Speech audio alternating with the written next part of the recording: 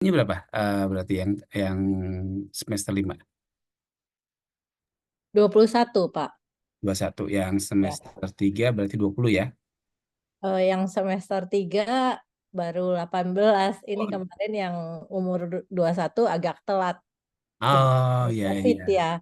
Jadi Oke, oke. sempat kuliahnya pindah dan baru belajar bahasa, akhirnya baru jalan berangkat Gitu ya.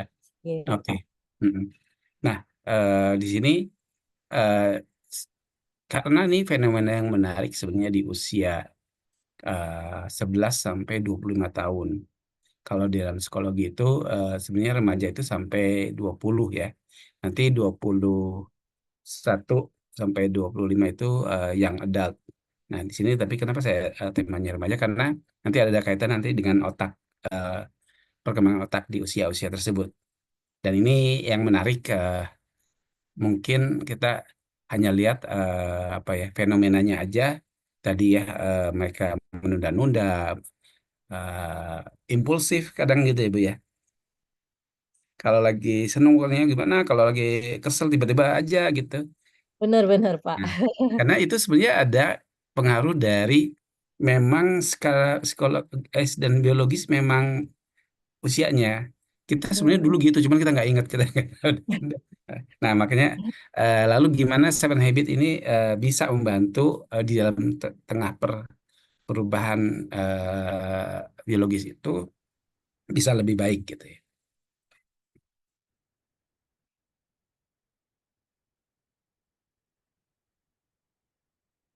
Bu.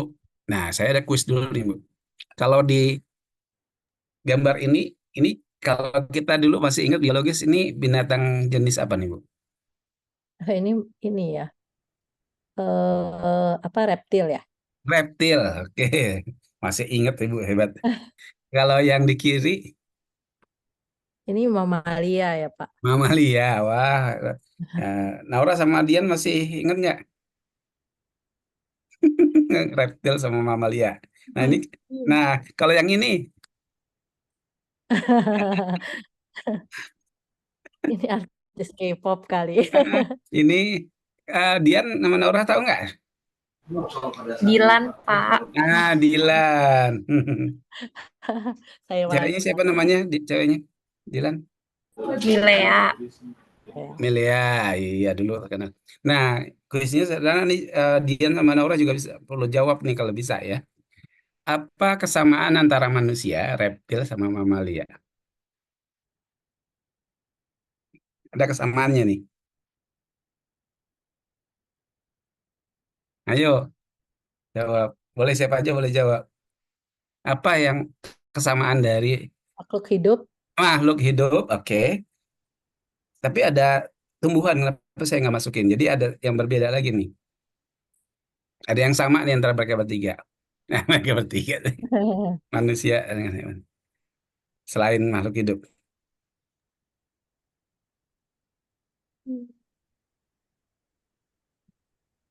Apa? Punya emosi ya. Betul. Butuh makan ya. Berbeda sama ini. Berkembang biak. Nah, itu kesamaannya. Kalau gitu pertanyaan berikutnya. Apa kebedaannya? Tadi sama-sama apa berkembang biak, reproduksi, terus bernafas, perlu makan. Nah, apa yang membedakan? Cara berpikirnya ya, Pak. Ah, wih, gila. Pola pikirnya, iya benar. Jadi itu yang mensamakan dan membedakan dan tapi nanti itu berpengaruh kepada apa yang terjadi di manusia. Ya, jadi sebenarnya kalau dari Tuhan tuh maha luar biasa, otak kita tuh luar biasa sebenarnya. Cuma di sini saya akan membahas tiga fungsi otak yang sangat berperan di dalam pengambilan keputusan dan dalam mengambil tindakan. Nah, ini yang menarik. Ada disebut di otak manusia ini ada otak reptil, disebut reptilian kompleks. Ada otak limbik atau mammalian kompleks, ada prefrontal cortex. Nah, sesuai namanya, reptilian kompleks itu ada di reptil, ada di mamalia, ada di manusia. Jadi sama-sama ada. Berarti ini yang nyamakan, yaitu untuk bertahan hidup, ya. Nah, yang berbeda mulai dengan reptil adalah otak limbik atau yang disebut mammalian. Ini hanya tidak ada di reptil tapi ada di mamalia, tapi ada juga di manusia. Otak bisa merasa kasih sayang, membutuhkan kasih sayang, memberikan kasih sayang gitu ya. Nah, tapi ada satu yang membedakan manusia sama hewan level manapun adalah prefrontal cortex atau yang disebut otak berpikir. Ini yang sebenarnya membedakan. Cuma nanti kalau kita lihat, kita coba lihat beberapa fenomena, kadang manusia sama hewan nggak beda. Benar nggak? Ketika yang berkuasa, yang berbicara itu otak reptil atau limbik. Sebenarnya yang membedakan itu ada di otak neokorteks. Nah, nanti sih apa hubungannya dengan siapa limbik di situ kan. Kita lihat lebih jauh, apa sih otak reptil? Ini anugerah Tuhan. Jadi, walaupun disebut otak reptil, sebenarnya ada istilah apa klasiknya. Cuma di ini supaya karena sama fungsinya yaitu bertahan hidup untuk survival. Karena di reptil itu lebih ke survival, terutama dari ancaman. Makanya ada 4 respon yang tipikal di reptil dan di hewan, di manusia karena ada otak ini untuk survival tujuannya. Eh, Makanya happy when safe from danger. Jadi selama tidak ada potensi ancaman, otak reptil ini berfungsi ya tenang gitu ya, sama seperti hewan, ular segala macam. Dan sebaliknya begitu ada persepsi ancaman, mereka menjadi responsif. Fight, menyerang, flight, melarikan diri, atau freeze, istilahnya membeku, dan lapar makan gitu ya. Nah, kita lihat kan, fight, kalau badak marah, merasa terancam, dia akan menyeruduk ya. Betul nggak? Dia nggak nyakar, karena alat yang diberikan Tuhan untuk melindungi dirinya adalah tanduknya, apa, culaknya ya. Nah, harimau untuk mempertahankan dirinya dari ancaman apa? Ada cakaran dan gigitan ya. Hmm. Kalau kijang apa itu dengan apa sejenisnya juga, misal sapi itu dengan tanduknya dan lainnya. Ada yang menendang ya. Siapa aja yang menendang? Jerapah, kuda.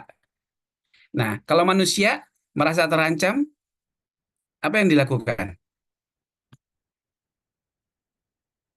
Semuanya. Ya menanduk, ya mengeram, ngamuk, memukul, menjambak, menendang. Jadi yang manusia itu walaupun mungkin secara fisik kecil, tapi semua jenis hewan itu ada di dia. Benar nggak? Dia mencakar, menonjok. Kalau itu kelebihan manusia. Nah, ketika juga merasa terancam, otak reptil ini kadang ketika dia merasa posisinya tidak cukup kuat, melarikan diri, flight. Harimau yang tadi cakar dan gigit, tapi ketika dia merasa terancam, dia melarikan diri. Kijang, jerapah.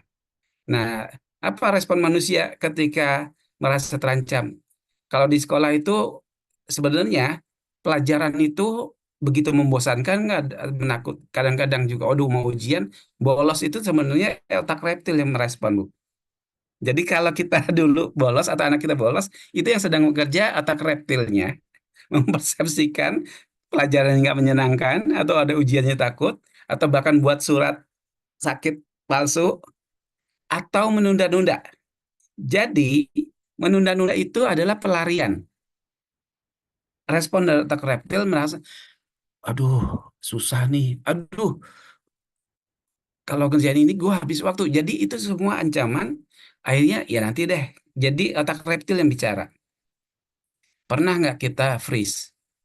Nah, itu pelindungan diri. Pada saat kita mau presentasi, tiba-tiba semuanya hilang di otak. Nah, itu sebenarnya otak reptil yang sedang bicara. Dia mempersepsikan, dia takut nanti kalau ada pertanyaan sulit, ah, dibajak oleh otak reptil, dia melindungi diri sebenarnya. Dia lindungi dengan memfreeze, lupa semua pelajaran. Kok kemarin waktu ngafalin enak, tapi begitu ujian kok kayaknya jadi hilang semua. Karena sebenarnya otak reptil kita bekerja. Dia melindungi terhadap potensi ancaman. Ah, apa apa istilahnya, butterfly in stomach. Nah, kalau lapar makan, ya. Nah, itu otak reptil.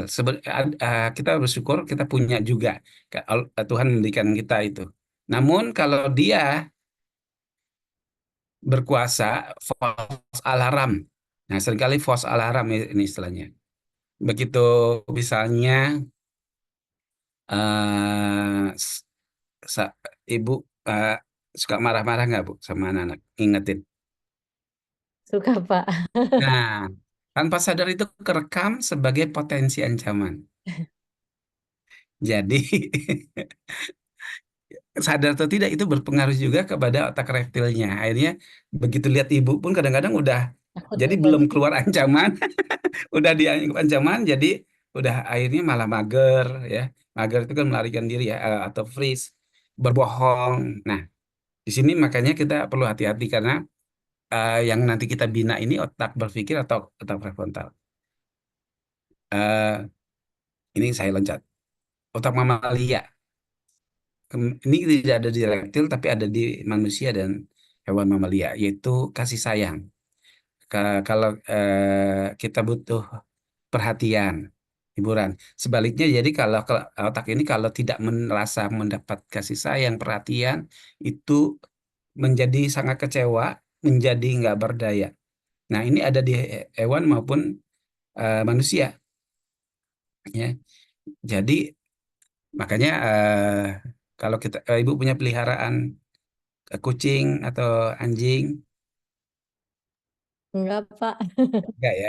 Tapi kalau kita lihat ya, makanya makin kalau kita perhatian khusus, bukan disakiti, mereka kayaknya berbalik juga begitu menyayangi gitu ya. Begitu merasa kehilangan kalau eh yang tuannya itu nggak ada yang datang. Ya, saya kalau kebetulan ada satu kucing di rumah di pelihara anak saya, itu kayaknya kalau dia udah tahu tuh kalau jam-jam pulang tuh dia nunggu depan pintu tuh, itu tahu gitu ya.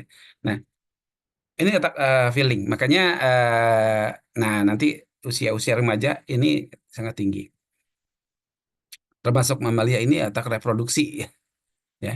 Jadi yang memang di usia remaja ini menjadi riskan juga nih kalau nanti otak prefrontalnya tidak berfungsi dengan baik.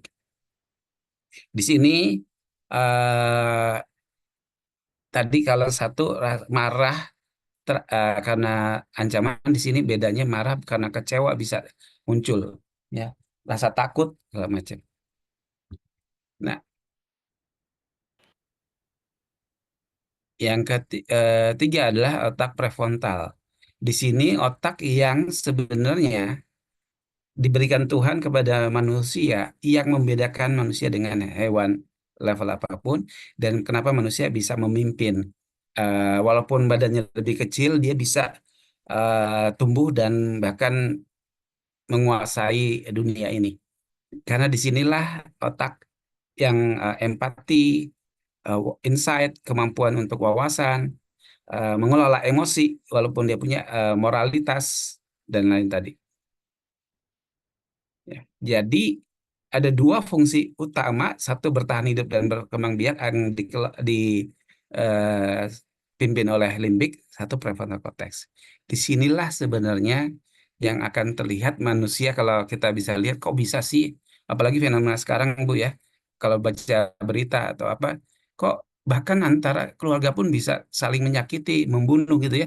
Kalau dulu kayaknya paling cuman KDRT selama, tapi sekarang kalau kita dengar ya, ada kemarin di Bogor, kakek nenek terlentar baca berita atau dengar beritanya, Bu.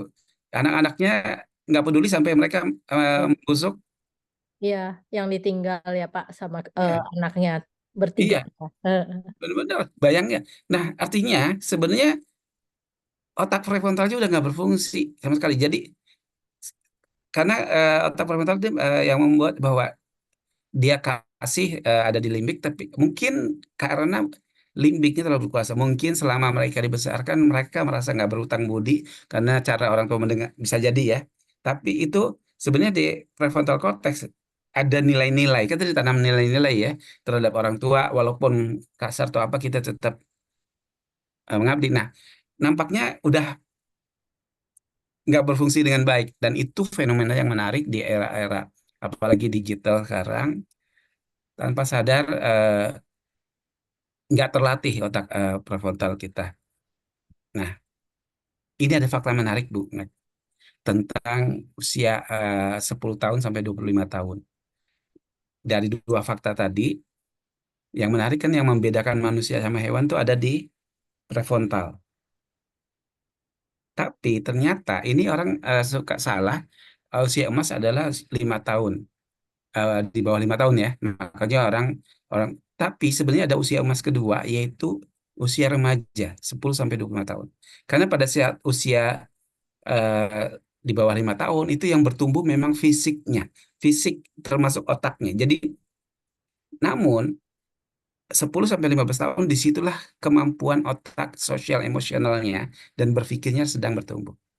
Jadi yang menarik di usia ini mulai tumbuh di usia 11 tahun kemampuan memilah, makanya kenapa eh, dikatakan anak-anak di bawah usia yang disebut matang, ada yang 15, 17 tahun itu belum, kalau ada kesalahan tanggung jawab orang tuanya. Tapi di atas itu tidak. Nah, sebenarnya ini ada fenomena real. Memang otak yang tadi kemampuan memilah, mengambil pilihan segala macam itu baru mulai tumbuh di 11 tahun dan seterusnya. Baru matang benar di umur 25. Jadi termasuk di usia-usia perkuliahan itu udah paruh akhir penguatan di otak berpikir. Namun di satu sisi otak emosionalnya, hormon-hormon yang memancing limbik mudah sensitif itu lagi tinggi-tingginya. Jadi ada fenomena yang menarik di usia-usia ini, dari mulai SMP, SMA, dan perkuliahan. Sebenarnya mereka memang sedang bertumbuh otak kemampuan menyaring, memilih tadi. Tapi otak limbiknya sedang tinggi-tingginya. Makanya kita sering nemukan fenomena, istilahnya kalau ibaratnya kendaraan, mobil, setirnya sedang sama remnya sedang mulai bekerja, tapi belum maksimal, baru nanti umurnya. Tapi mesinnya itu gasnya itu benar-benar kencang, dikit senggol langsung loncat.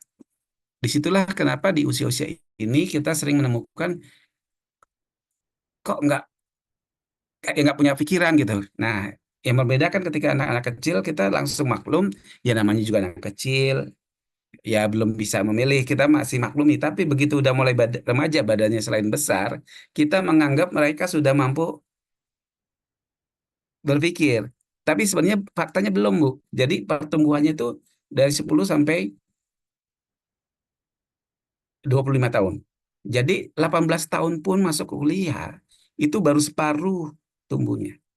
Nah, bayangkan kita orang tua, guru-guru kan melihat fisiknya dan menganggap mereka udah matang. Begitu mereka tidak mengambil tindakan yang sesuai harapan kita, kok kita kadang-kadang keluarnya ancaman, marah-marah, mempertanyakan, kamu kok udah didik.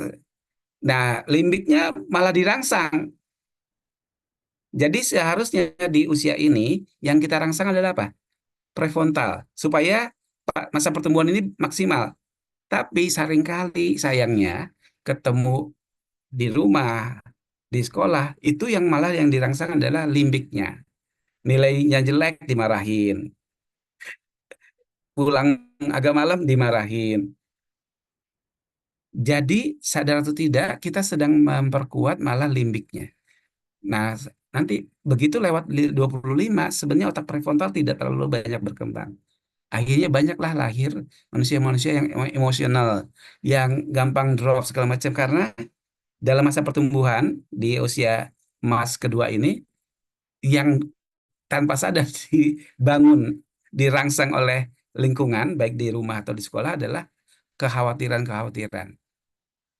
Makanya disarankan dengan kondisi ini, ketika situasi itu terjadi, kita kok bisanya sih mereka dilarang merokok malah merokok gitu kan?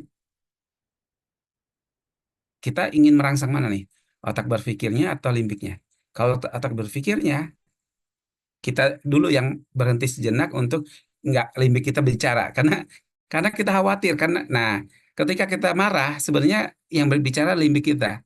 Kita merasa ancamannya apa? Anak kita takutnya nanti bahaya gitu kan, kita bisa pikir. Nah, tapi yang keluar bukan otak prefrontal tapi otak limbik. Kita marahi. Begitu dimarahi, muncul perlawanan. Bisa tadi diam aja atau membantah atau berbohong. Nah, pada saat dia diam aja, melawan atau berbohong, otak limbik makin berkuasa. Wah, bahaya, ancaman lagi. Harga diri kita sebagai orang tua nggak didengar segala macam. Makin kita marah-marah. Jadi siklus limbik ketemu limbik terjadi. Nah, ini yang akhirnya yang apalagi makin kita sibuk, ini kan makin kita mudah sekali emosional ya. Jadi dengan kesibukan kita, kenapa banyak remaja pemuda sekarang tuh juga emosional, karena orang tua dengan kesibukan yang ada nggak punya waktu lagi untuk oke, ketika ada masalah, yuk duduk bareng, tenang dulu, terus kita ngajak ngobrol. Pada saat tenang, sebenarnya otak limbik tenang, kita baru bisa ngobrol. Dek, sebenarnya ngerokok itu bagus nggak? Sebenarnya nggak juga. Nah, tapi itu hanya bisa terjadi kalau dia tenang, nggak lagi merasa terancam mau dinasehati segala macam. Nah, sayangnya banyak orang tua nggak tahu nih, jadi cuman berpikir, nih saya harus selamatkan dia. Kalau nggak dikasih tahu dari sekarang, berbahaya. Akhirnya yang keluar adalah kata-kata yang bukan menenangkan dia, malah menyerang dia, limbiknya memprotek. Disinilah yang menarik, Bu. Jadi kenapa mereka akhirnya di usia-usia ini sebenarnya termasuk dalam perkuliahan itu sendiri, mereka lagi struggle nih melawan. Otak prefrontalnya udah mulai berpikir, sebenarnya gue pingin selesai kuliah dengan baik, gue pingin belajar. Tapi otak limbiknya kan tadi lagi hormonnya yang tinggi-tingginya untuk nanti aja deh. Makanya, nah sedang beradu. Disinilah dalam proses pertemuan ini, mana yang distimulasi oleh lingkungan. Beberapa lingkungan sekolah, kampus yang baik, ketika ini dia makanya ada konselor segala macam, yang coba dipengaruhi adalah prefrontal. Tapi banyak juga dosen yang taunya cuma ngajar aja, nggak sampai tugas, dia tegur gitu ya. Anak saya yang kedua itu waktu kuliah itu ada dia tugas kelompok, dan seperti biasa tugas kelompok ada aja yang ternyata pada nggak ngerjain, hanya dia kerjain sendiri, masih aman itu. Yang fatal dan dampaknya sampai sekarang itu adalah ketika harus presentasi, teman-temannya ya otomatis nggak ngerti kan, hanya dia. Dan ceceran dosen itu ternyata mengintimidasi limbik dia, terekam banget.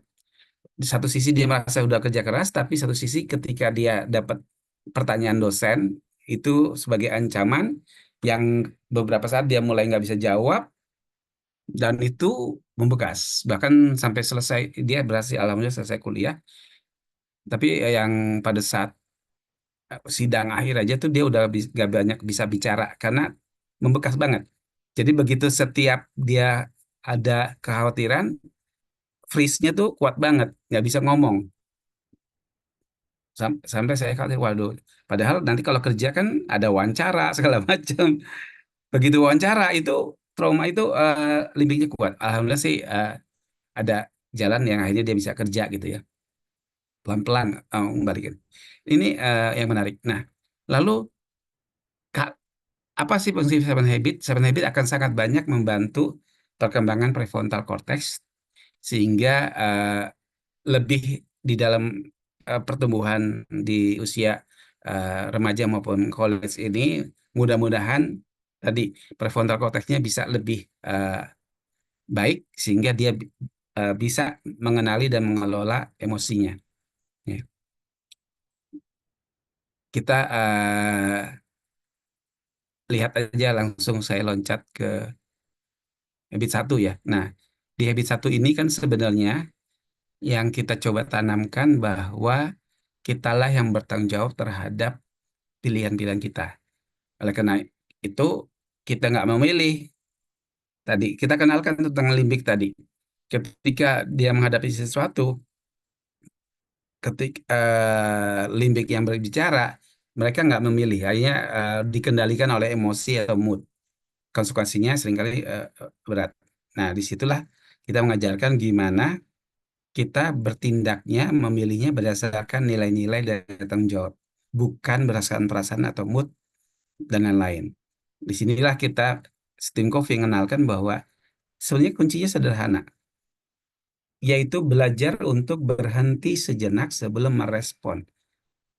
Waktu kalau ibaratnya tombol remote TV gitu ya, kan ada pause tuh kalau kita mau makan dulu, pause dulu deh, saya pergi dulu sebentar, sebalik lagi supaya lanjut.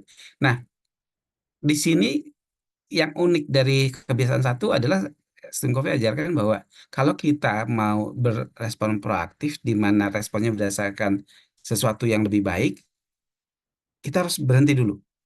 Apapun stimulusnya. Kenapa? Limbik itu sifatnya instingtif, cepat. Begitu ada potensi ancaman, bisa walaupun salah, kekhawatiran segala macam, dia pingin entah menghindar, melarikan diri, menunda, atau marah, atau sedih, drop.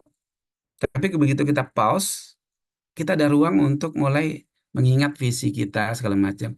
Iya ya, saya walaupun ini berat, kayaknya males, tapi saya eh, kadang ada yang motivasi, saya ingin segera eh, membalas orang tua. Minimal saya kalau udah bekerja udah menjadi beban.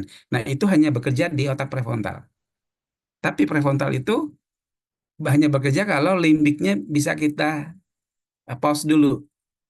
Kalau limbiknya masih berkuasa, nggak terjadi. Contoh yang paling sederhana, pernah kan kita mungkin ibu marah-marah atau apa terhadap anak atau yang lain, lalu kita kayaknya setelah itu, iya ya, seharusnya saya nggak lakukan itu. Pernah kan Bu ya? Harusnya ada cara lain yang ngomong dengan baik. Nah, ketika itu berbicara, itu sebenarnya prefrontal yang bekerja. Dia bisa menimbang bahwa itu nggak bagus. Tapi ketika kejadian, yang berkuasa ada limbik, makanya entah yang disalurkan adalah tadi kekhawatiran segala macam. Dua anugerah Tuhan yang luar biasa menyebabkan manusia nggak seperti robot. Karena kalau cuman otak prefrontal aja, bisa kebayang segala sesuatu kaku gitu kan. Ini harus begini. Ada emosi itu bagus, tapi kalau dia tidak dikelola, kadang kita menjadi moody, menjadi up and down, makanya disebutnya reaktif.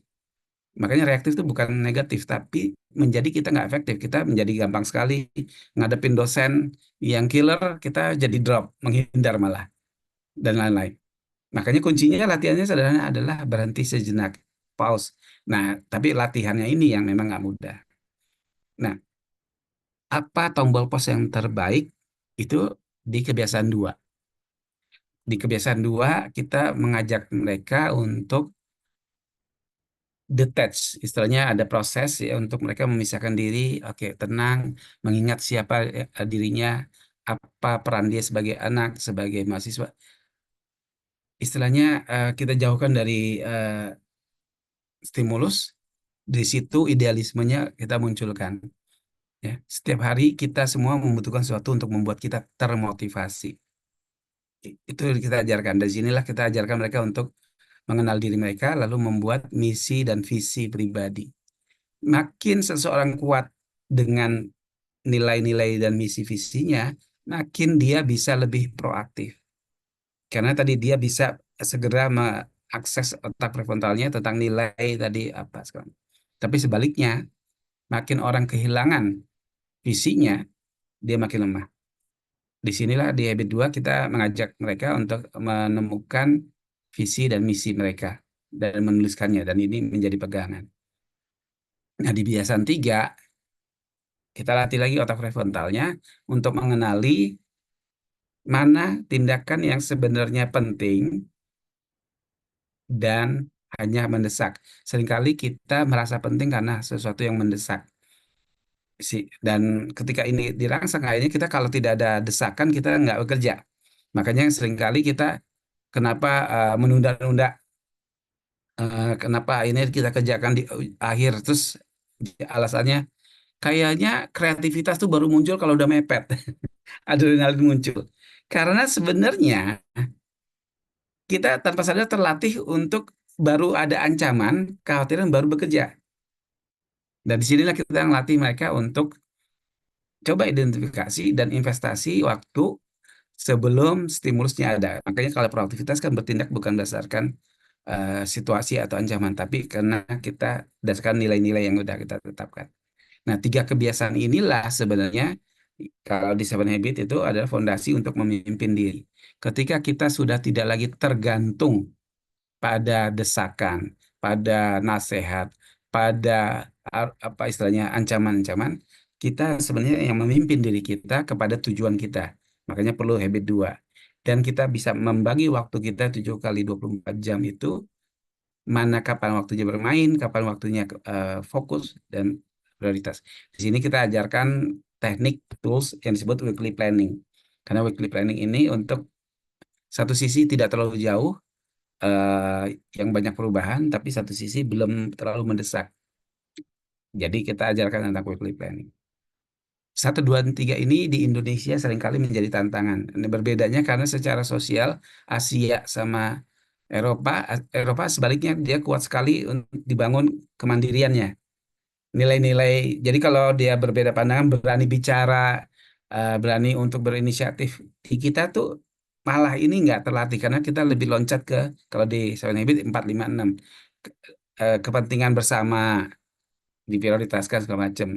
Nah, tantangannya kalau 1, 2, 3 ini nggak kuat, pada saat dia mulai berinteraksi dengan orang lain, padahal banyak gesekan-gesekan, disitulah mereka nggak terlatih untuk berani bicara, tapi dengan cara yang orang lain pun nyaman, bukan hanya sekadar berani bicara. Atau sebaliknya, walaupun kita dealing dengan orang yang lebih tinggi, dosen segala macam, kita tetap berani bicara, walaupun limbik bilang "Oh, serem nih, wah, eh, tapi dia tahu tujuan dia lebih kuat daripada sekadar rasa takut. Jadi ini kebiasaan 1, 2, 3 itu adalah membangun kemandirian atau kepemimpinan diri. Sedangkan kebiasaan 4, nah ini dan sampai 6 itu adalah mulai masuk kepada gimana dalam berinteraksi dengan orang lain. Sudah pasti terjadi gesekan, perbedaan pandangan segala macam. Kebanyakan either kita menyerang, ya tadi kembali lindik, my win, atau mengalah. Nah, di Seven Habits diajarkan untuk bisa dapat dua-duanya. Nah, ini satu video menarik, ilustrasi aja, yang temennya terjadi sehari-hari. Ada suaranya kan ya? Hey, welcome back. Today we are talking Kedengeran tuh win-win. Kak We're suaranya talking Kak. think win-win. Think win-win. Yeah. Yeah, you got a story about this? Yeah, I mean, it's not a win-win story, but I think it'll still apply. Yeah, I was watching basketball one day on TV, and I was getting really into the game. And then my sister comes into the room, really frazzled, takes the remote, changes the channel without asking me. Not cool. No, not cool at all. I say some things, I get very upset. I say some things to her that I probably shouldn't have said. She says some things back. We get into a verbal argument. That sounds pretty reactive. It right? was. Reactive? Not good? Yeah, it was very reactive. It got so bad, it got so reactive that she picked up a rollerblade, threw it at my face. Yeah, missed my face, hit my shoulder. I go down, hurt. Wow. Yeah, it was a lose-lose situation. Sounds like a win-lose to me because she got to watch TV because you were out of the picture. Oh no. She got grounded forever. It doesn't really seem like a win-win would be that hard to figure out. Actually, it totally wasn't. There's another TV in the house. You guys are crazy. Yeah, I could have just got up, watched the other TV. But I wasn't thinking of all these things. I wasn't thinking win-win. I wasn't being proactive. I wasn't even thinking paradigm. I wasn't thinking what she was going through. Yeah, she might have been like stressed out about something going on, like a boyfriend or whatever. Yeah. Maybe she just needed somebody to talk to. But maybe she needed an excuse to use her very powerful arm to take you out. Probably not. I'd like her on my team. Think win-win is kind of like the golden rule. right? You treat other people the way you want to be treated. Like when you hang out with someone, do you want to hang out with someone that is just thinking about their own win? Or do you want to hang out with someone that's also thinking about your win, having your best interest in mind? Yeah, obviously, it's the win-win situation. Yeah. Yeah, you gotta think win-win. It's easy. Great job, guys. Kebiasaan 4 ini sangat menarik dan apalagi di usia-usia mereka. Karena pilihannya seringkali ya tadi, kenapa terjadi ketika ada tugas kelompok, ada aja dengan sadar atau tidak sadar dia tidak datang, kan kejadian umum. Karena tadi, ya udah pasti ada yang ngerjain, mau menang. Sebaliknya, ada yang akhirnya merasa ya udah kerjain, kalah menang. Ini yang kita ajak untuk gimana sih caranya merubah jadi berpikir menang. Ketika kita dalam posisi seakan-akan ada orang yang memanfaatkan, gimana kita berani untuk menyampaikan dengan cara baik. Dan sebaliknya. Nah kembali tadi kalau dilihat betapa habit 1 tadi tidak dikuasai emosi, berhenti sejenak, itu menjadi penting. Karena gitu emosi bicara, udah berpikir menang-menang pun nggak berjalan. Karena kita udah merasa, udah dia yang duluan sih. Nah akhirnya sama-sama lus-lus. Kadang-kadang ada kelompok ya udah nggak usah ada yang ngerjain tugas, biarin aja kita nilainya jelek sama. Nah kadang-kadang larinya ke sana. Di sinilah kita ajak mereka untuk bagaimana Anda menang, tapi orang lain juga menang dalam interaksi. Kalau think win-win adalah selalu melihat bahwa di dalam interaksi bahkan dengan orang tua, dengan adik, selalu ada potensi menang kalah atau kalah menang. Tapi yang pilihan terbaik adalah menang-menang dan prosesnya itu butuh proaktivitas. Itu pola pikirnya. Nah, di habit 5 adalah kita ajarkan komunikasinya. Komunikasi menang-menang. Ternyata komunikasi menang-menang itu adalah, makanya habit 5 berusaha mengerti dahulu.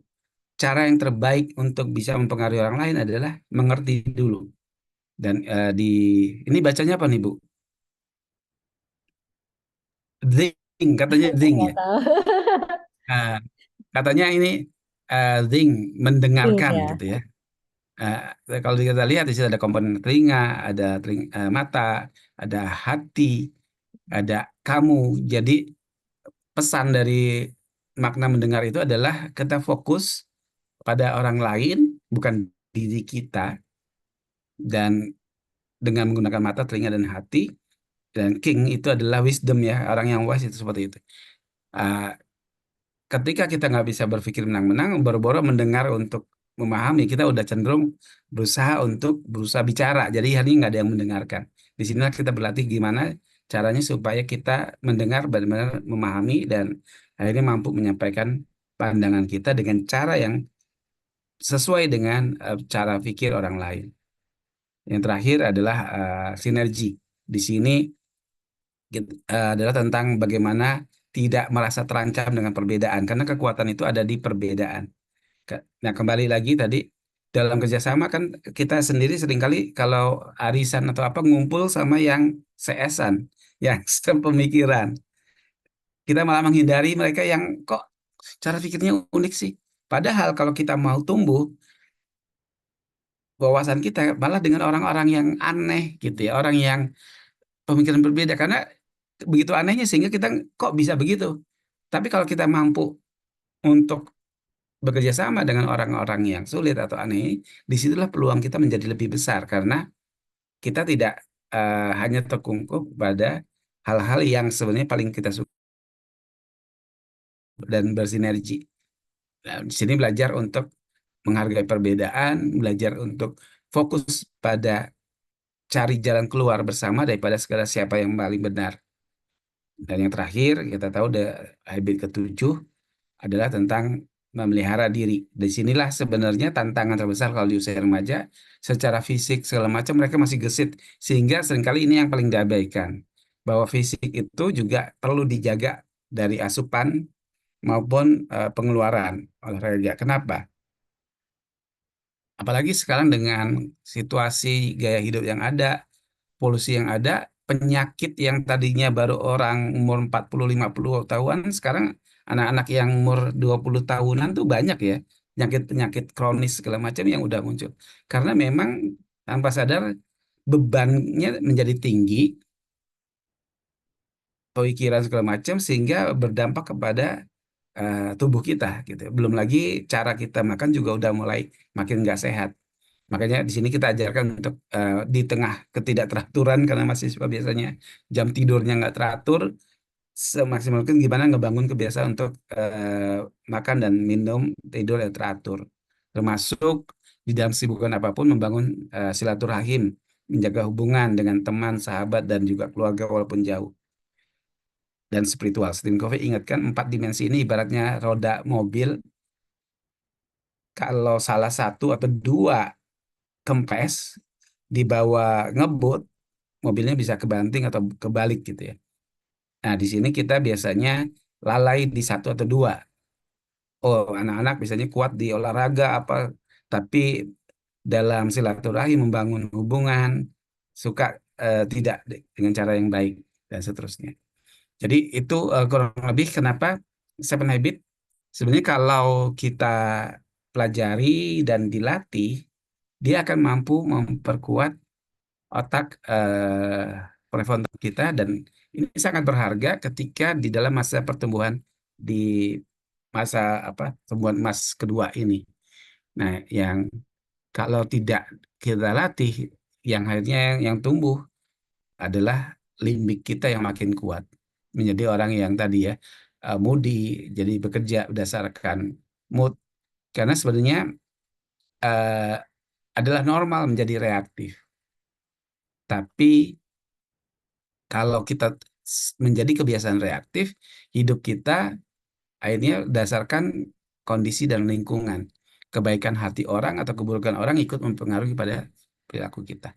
Jadi sekitar itulah Bu kurang lebih. Nah, pendekatan kita di eh, apa untuk mahasiswa agak berbeda dengan kalau orang dewasa. Akan lebih banyak nanti simulasi eh, game dan lain supaya kembali limbiknya ini juga kita entertain, karena kalau seringkali kan kita, ini apa sih. Jadi karena udah biasa belajar itu berat ikut workshop pun aduh apalagi limbiknya udah bicara dulu, udah ngeblok. Nah itu yang kita coba uh, entertain dulu supaya limbiknya tidak berkuasa. Oh, this is fun, this is enjoy.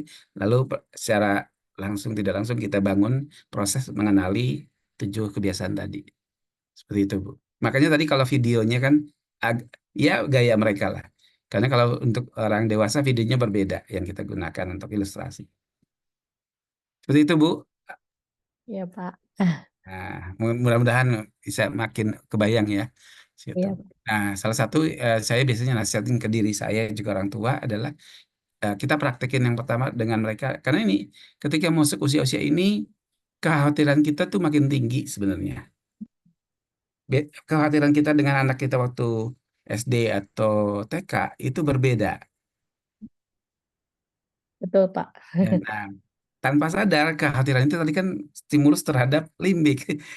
Jadi kitanya sendiri malah kejebak pada cara-cara yang bukan membantu mereka untuk berpikir, tapi malah defensifnya itu yang kita bangun. Makanya misalnya di rumah itu kan anak saya yang ketiga ini udah lulus wisuda di Oktober lalu. Kerja apa sekarang lagi nggak kerja karena setelah magang dia pingin yang kerja tetap.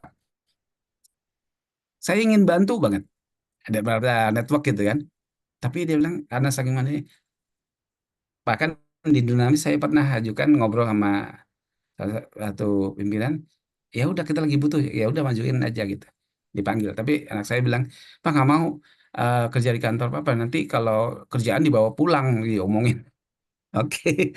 Nah, jadi keinginan saya membantu tadi survival, saya harus hati-hati. Akhirnya malah saya memaksakan, gitu ya. Gimana nih caranya dia tetap tanggung jawab. Nah, kan pinginannya gini, pingin ngomongin, no kamu udah 3 bulan nih masih belum kerja. Kenapa masih kan? Pinginnya ngingetin, tapi nanti dulu, malah tidak lagi mengajarkan dia untuk berpikir dan tanggung jawab. Jadi artinya kadang-kadang kita pingin istilahnya pingin segera ngasih pelampung, yang kadang-kadang malah mematikan kemampuan dia untuk menggunakan alat yang luar biasa dari Tuhan untuk memilah, memikir, bahkan katanya gini, sekarang lagi populer di dunia kerja itu adalah resilient, daya juang. Nah, Hmm, Dan kita temukan lemah anak-anak sekarang. betul. Karena tanpa sadar memang mereka tidak tumbuh dengan tantangan-tantangan, kegagalan-kegagalan. Selama ini smooth, bahkan sekolah pun semua smooth.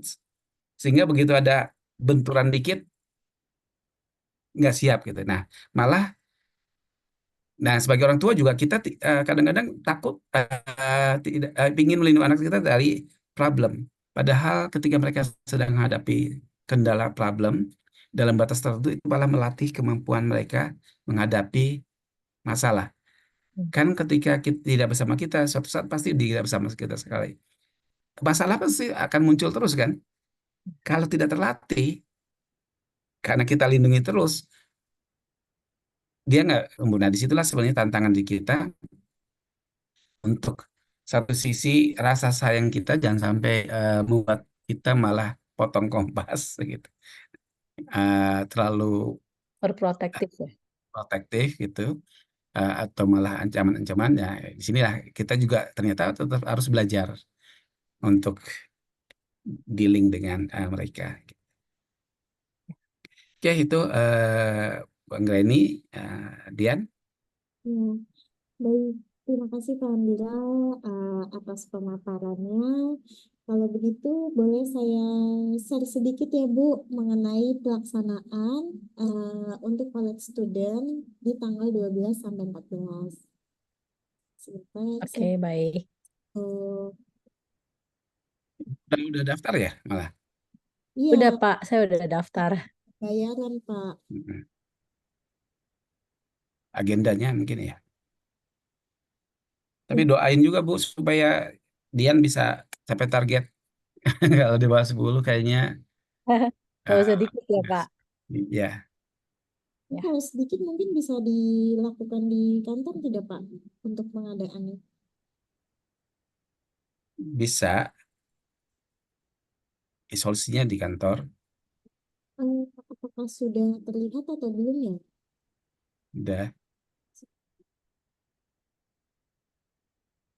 Baik, berikut untuk pemaparan mengenai college-nya Bu. Ini nanti kan kita akan melaksanakan di tanggal 12, 13, dan 14 Agustus 2024.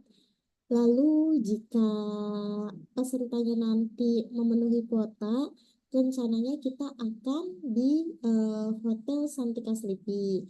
Tapi nanti kita tergantung pesertanya berapa, kemungkinan juga nanti akan ada perubahan tempatnya ya Bu.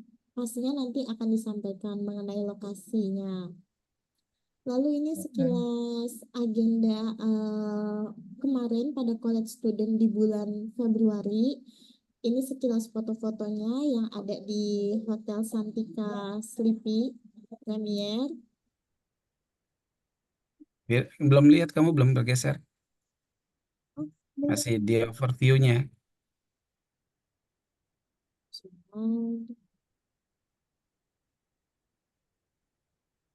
Sudah terlihat belum? Belum. Kamu masih tetap di halaman 1. Ya, sinyalnya Pak.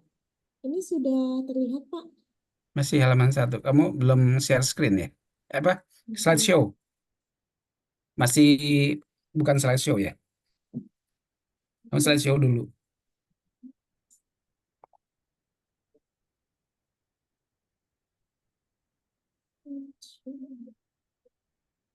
PowerPoint-nya slideshow dulu baru di-share.